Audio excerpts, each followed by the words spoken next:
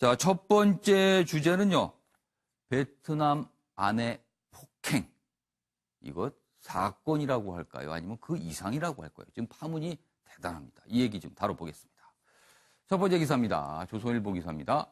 베트남인 아내, 남편이 샌드백을 치듯 나를 때렸다. 사람에 관한 얘기인데 샌드백을 치듯 했다. 이런 얘기가 나왔습니다.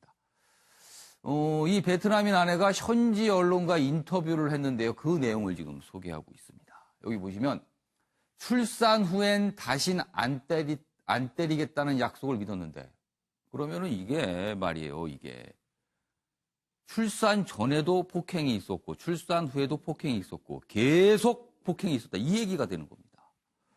좀 더 자세히 보겠습니다. 그리고요. 기자가 사건이 벌어진 영암에 가보니 경찰 이런 얘기를 합니다. 이주 여성들 폭행당해도 쉬쉬한다. 신고도 안 하고 쉬쉬한다는 거예요. 남편이 있어야 체류권이 연장이 되고 폭행 입증 못하면 이혼과 동시에 추방된다. 그러니까 신고를 잘못하게 되면 오히려 큰 불이익을 당할 수 있는 상황이라는 거예요. 자, 폭행한 남편 어제 구속됐습니다. 아내와 언어가 달라 감정이 쌓였다. 그러니까 폭행 이유가 이거예요. 당연히 말이 다르죠. 그러니까 뭐가 의사소통이 원활하지 못할 수 있습니다. 그런데 감정이 쌓였다. 자, 감정이 쌓여서 그걸 푸는 방법을 폭행으로 해결한 것이다. 이런 얘기가 되는 겁니다. 법원이 영장을 발부했습니다. 관련 기사 하나 더 보시죠. 그래도 애 아빠인데 신고 못한 베트남 아내. 남편의 폭행 영상을 본 지인이 알려서 경찰이 격리한 뒤 입원 치료를 받고 있습니다. 부러진 손가락으로 아들 죽 떠먹이고 있다. 폭행으로 인한 부상입니다. 한국에서 건강하게 키우고 싶다. 남편이 샌드백 치듯 나를 때렸다. 그러니까 아이는 한국에서 한국인으로 키우고 싶다. 이런 또 소망을 밝혔다고 합니다. 자, 그럼 여기서요. 이 문제의 남편 어제 구속되기 전에 영장 실질 심사를 받으러 출석을 했거든요. 그 모습 영상으로 담았습니다. 보시죠. 왜 아내를 폭행하신 겁니까? 의사소통이 안 돼서 그렇습니다. 아이도 혹시 때리셨습니까? 아니, 아이는 때리지 않았습니다. 아내에게 좀 미안한 마음은 없으실까요? 있습니다. 그러면 이전에도 그런 의사소통이 자주 안 됐었던 적이 많은가요? 그런 건 아니고, 우는 만난 지 5년이 됐는데, 여기 베트남에 있을 때 영상통화도 해갖고, 저 출근하라고 그런 말도 하고, 농담도 하고, 지인들한테 그런 걸 하다는 여성분이 그 배우자인데, 한국 오자마자 나는 한국말 모른다. 그런 식으로 말하니까, 언어 통화가 갑자기 통화된 사람이 안 통하니까 답답해서 그렇게. 베트남에 있을 때도 한국말 잘했고 여기 불법으로 체류자 있을 때도 한국말 잘했습니다. 걔가. 우는 애는 왜 때리신 거예요? 아이는 왜 학대하신 거예요? 지금 뭐 보셨지만 설명을 꽤 자세히 한 편이에요. 그리고 지금 다른 여러 가지 의혹이 있어요. 뭐 추가로 폭행이 있었냐 뭐 이런 부분에서는 뭐 인정하는 것도 있고 인정하지 않는 것도 지금 섞여 있는 상황입니다. 자, 양지열 변호사.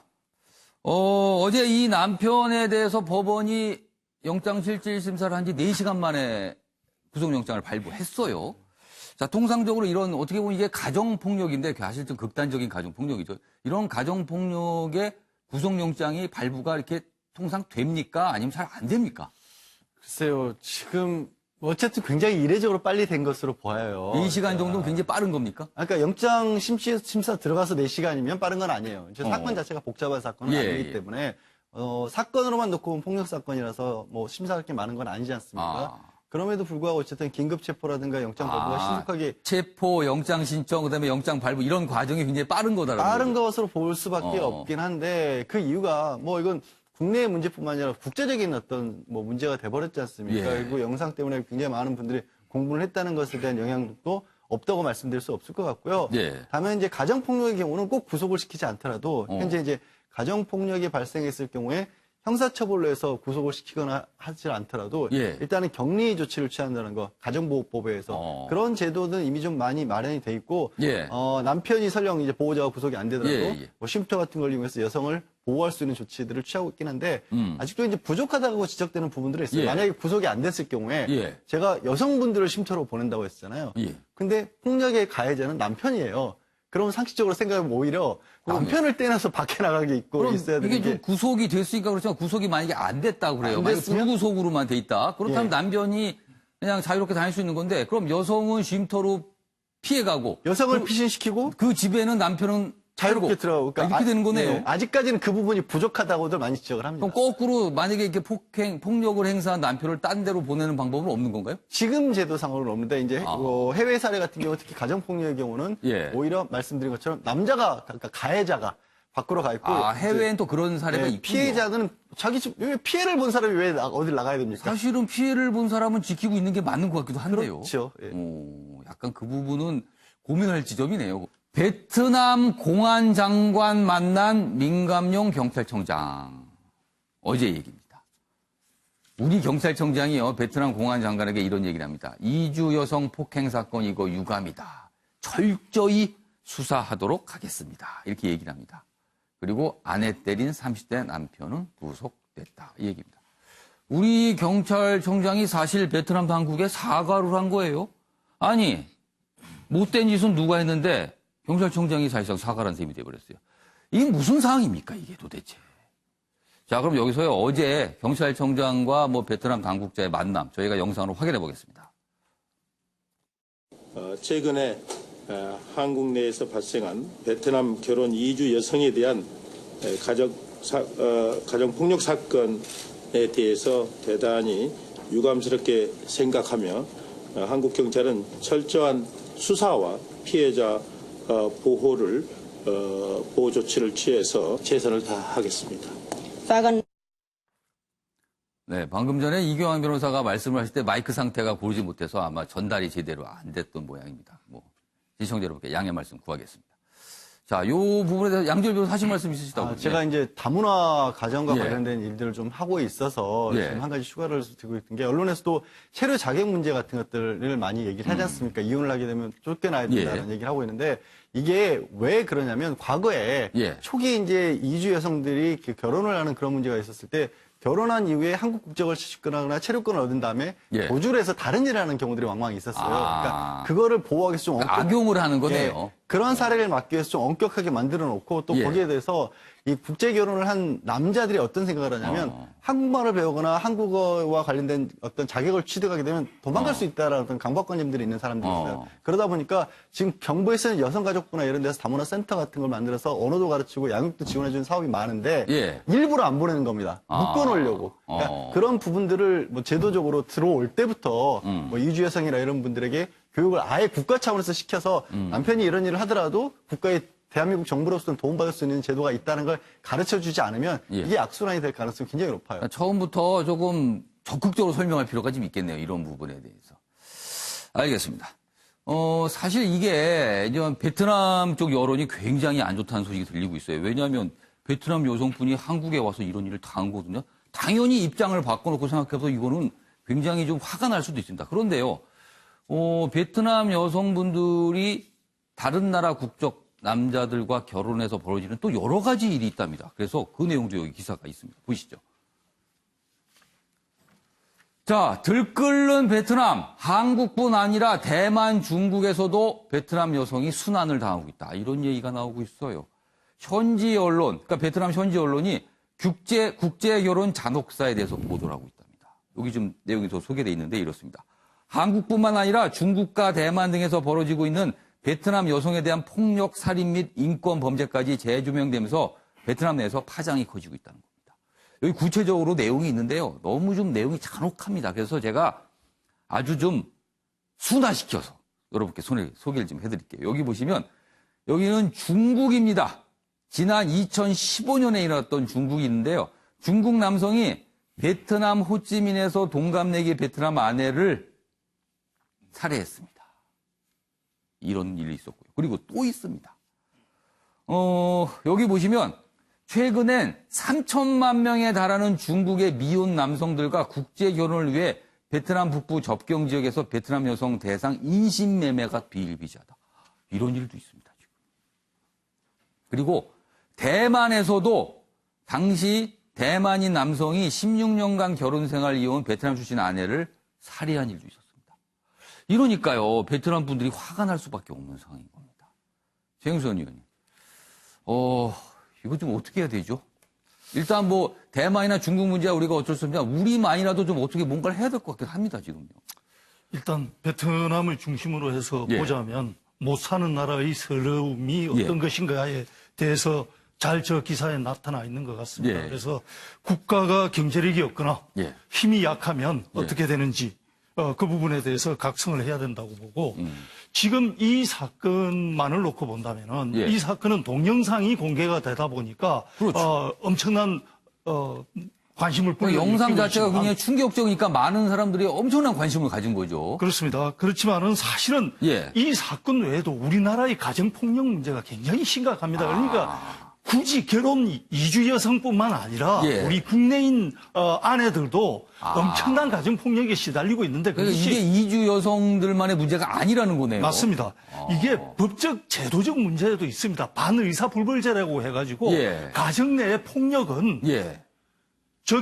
피해자가 처벌을 원하지 않는다 그러면 예. 처벌이 안 되는 겁니다. 예, 예. 그러다 보니까 경찰들도 수사에 적극적이지 않아요. 열심히 수사하고 노력을 들이고 있는데 피해자가 어느 날 갑자기 애 아빠인데 뭐 처벌 안 했으면 좋겠다. 그러면 그때부터 처벌이 안 되는 겁니다. 그냥 그걸로 끝나는 거죠. 그럼요. 그런데 경찰 입장에서 보면은 그동안 열심히 수사하고 노력을 들였는데 갑자기 아무것도 안 한 일이 돼버리는 겁니다. 예. 이런 그 제도적 허점을 빨리 고쳐야 될 것이고 예. 요번 이제 베트남 여성이 피해를 당한 사건 같은 경우에는 예.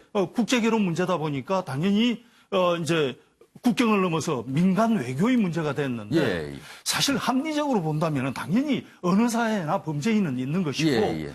개인의 일탈과 공동체는 분리해서 생각을 해야 되는데 우리가 박항서 감독이 예. 베트남 가가지고 한국인의 어떤 위상을 높였듯이 예. 이 문제는 또 그 반대적 예. 입장에서 또 민간 외교의 불행한 사태가 되는데 여하튼 이런 것들이 뭐 외부에 알려질 때도 예. 좀 필요 이상으로 과하게 알려져서도 안 될 것이고 그런 문제 국내에서도 그런 문제가 있다. 또 예. 이런 것들을 균형되게 봐야 될 것 같습니다. 아무튼 이게 뭐 외교적으로도 이렇게 베트남 쪽의 여론이 안 좋다 보니까 민감면 경찰청장까지도 뭐 유감 표명을 하고 이런 일이 있었습니다. 예, 김선일 평론가. 그 일반적이고 원칙론적인 면에서는 지금 최경선 예. 의원님 말씀이 굉장히 중요한 것 같고요. 예. 그렇지만 이 특정 사안에 대해서는 예. 이 파장을 생각하지 않을 수가 없습니다. 어. 이게 이미 모든 사람에게 드러났잖아요. 예. 드러났는데 이게 문명국가에서 일어난 일이라고 보기 굉장히 어려운 일이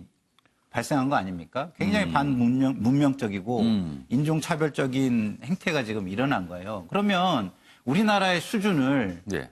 볼 때 이게 일어나면 안 되는 정도의 수준 아닙니까? 우리나라가 굉장히 발전된 국가고 이제는 부강한 나라가 저런 일이 하나가 있는데 만약에 그 이주 여성이 아닌 그냥 한국 여성분한테 일어났어도 이거는 굉장히 문제가 되는 상황이에요. 문제가 되죠. 하지만 이거는 어쨌든 파장이 예. 국제적인 파장도 있는 겁니다. 국제적인 이미지가 굉장히 추락할 수 있는 가능성이 있고요. 예. 그래서 좀 아까 민감용 청장께서 유감 표명을 했다는 건 너무 잘하신 것 같고요. 그러니까 베트남 이게 굉장히 정서적인 부분도 지금 관리를 해야 돼요. 그러면 민감용 청장님뿐만 아니라 또 다른 관계되는 부처의 분들도 그런 의사 표명을 통해서 베트남의 반항 감정이나 혐한 감정이 일어날 수 있는 가능성을 좀 예. 어루만져 주시는 것은 반드시 필요하겠다 이런 생각이 듭니다. 예.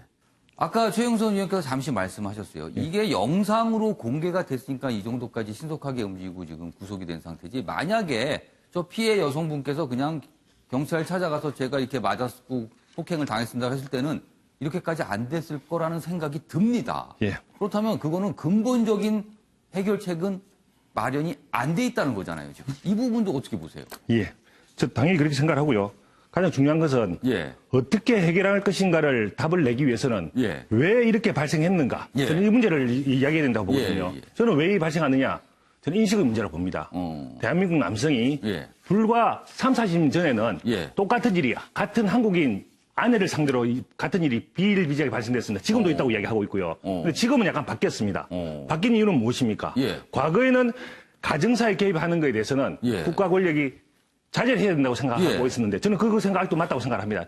불법적인 않는 한도 예. 내에서는 가능한 가정사회는 개입 안 하는 게 맞지만 예. 불법에 대해서는 적극적으로 개입해야 되는데 이제 적극적으로 개입하기 시작을 한 거죠. 예. 그래서 드디어 한국 남성들이 예. 좀 생각이 변화되어져 가지고 그나마 한국인 아내를 상대로는 약간 인식의 변화가 있었고 예. 그런데 그것이 아직까지 외국인 여성, 이주 여성을 상대로는 그 인식이 아직 변화되지 않았다는 거죠. 예. 그 이유는 뭐냐면 제도상 예. 이미 외국인 여성에 대해서는 약자, 아까 비자 문제, 신고를 잘 못할 것이다. 예. 뭐 자기 신고했을 경우에 추방된다든지 예. 자신에게 손해만 발생될 것이다. 아. 이런 생각들이 있고 예. 또 두 번째는 이 이주 여성들은 한국 법규 어둡고 예. 한국말 제대로 못하기 때문에 이것을 예. 해결할 방법이 없을 것이다. 라는 생각을 가지게 된 것이죠. 예. 그 생각 때문에 결국은 자기가 유리한 입장에서 이런 일들이 계속 인식을 바꾸지 않으면서 가져가는 것인데 예. 이제 이런 일이 계속 발생됨으로써 발생될 뿐만 아니라 예. 이 제도를 이제 적극적으로 어. 한국인 아내에 대해서뿐만 아니라 예. 외국인 이주 여성에 대해서 적극적으로 개입을 하면서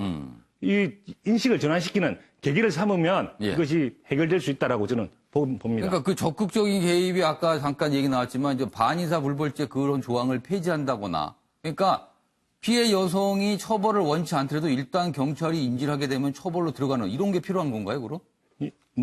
저는 반의사 불벌죄의 예. 타당 내에서는 그렇게 아주 적극적으로 보지는 않습니다. 예. 저는 기본적으로는 예. 가정사에 여전히 개입을 아주 적극적으로 하는 것에 대해서는 저는 반대입니다. 예. 불법적인 것을 놔주자는 것은 예. 아니죠. 불법적인 것을 방기하자는 뜻은 아닌데 가정사에 가능한 한 국가 권력은 개입하지 않는 것을 원칙으로 삼아야 된다. 그렇지만 불법적인 것을 적극적으로 개입해야 된다 보는데 그것이 꼭 형태가 반의사 불벌죄를 폐지로 가는 필요가 있는가? 왜냐하면 피해자가 적극적으로 의사를 표시할 수가 있기 때문에 의사 표시를 통해서 적극적으로 개입하면 된다라고 보게 되는 것이죠. 알겠습니다. 아무튼 이게 뭐 베트남과의 또 관련된 문제이기도 하고요. 우리 내부의 이런 가정폭력에 대해서 우리가 얼마만큼 보호하는 장치를 갖고 있냐 이런 것도 또 고민을 하게 만드는 사안입니다. 가장 보니까요 쉽사리 사그러들 것 같지는 않습니다. 지금.